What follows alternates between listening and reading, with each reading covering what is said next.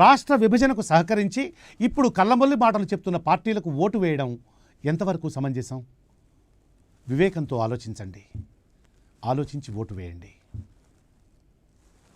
వేసుకోండి రిజాల్వ్.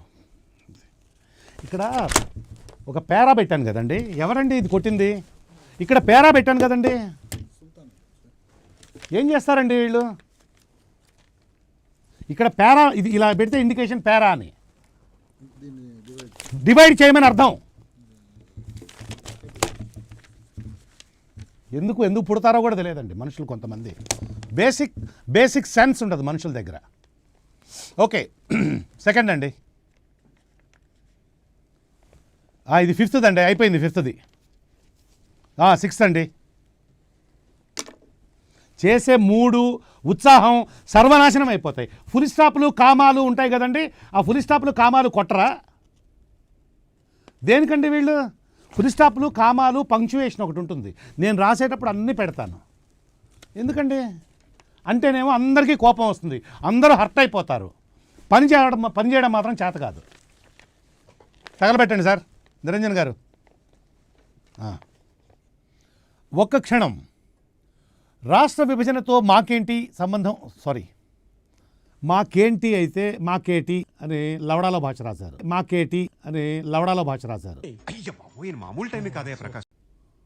నాకు చాలా కోపదారి మనిషిని మీకు తెలుసు. నేను చూడండి అక్కడ ఏముందో, మీకు చేసి ప్రయోజనం ఏముంది సార్? ప్రూఫ్ రీడింగ్ చేయించి మాకేటి అని ఉంది అక్కడ.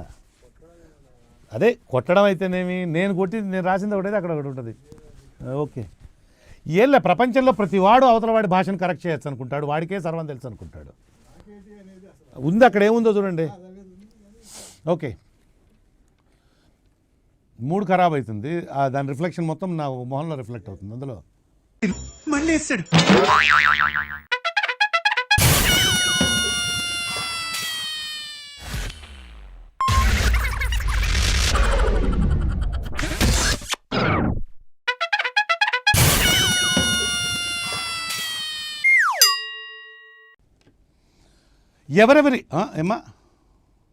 ఎవరెవరి అక్కడి నుంచి నాకు ఇంట్రెస్ట్ పోయింది. లవడాల ప్రోగ్రామ్ వస్తే రావండి, పోతే పోనివ్వండి. మళ్ళీ ఇంట్రెస్ట్ పోయింది, ఎందుకంటే ప్రతి దశలోనూ పెంట చేస్తుంటే నాకు ఇంట్రెస్ట్ లేదు. పోనివ్వండి, నాకు ఇంట్రెస్ట్ లేదు.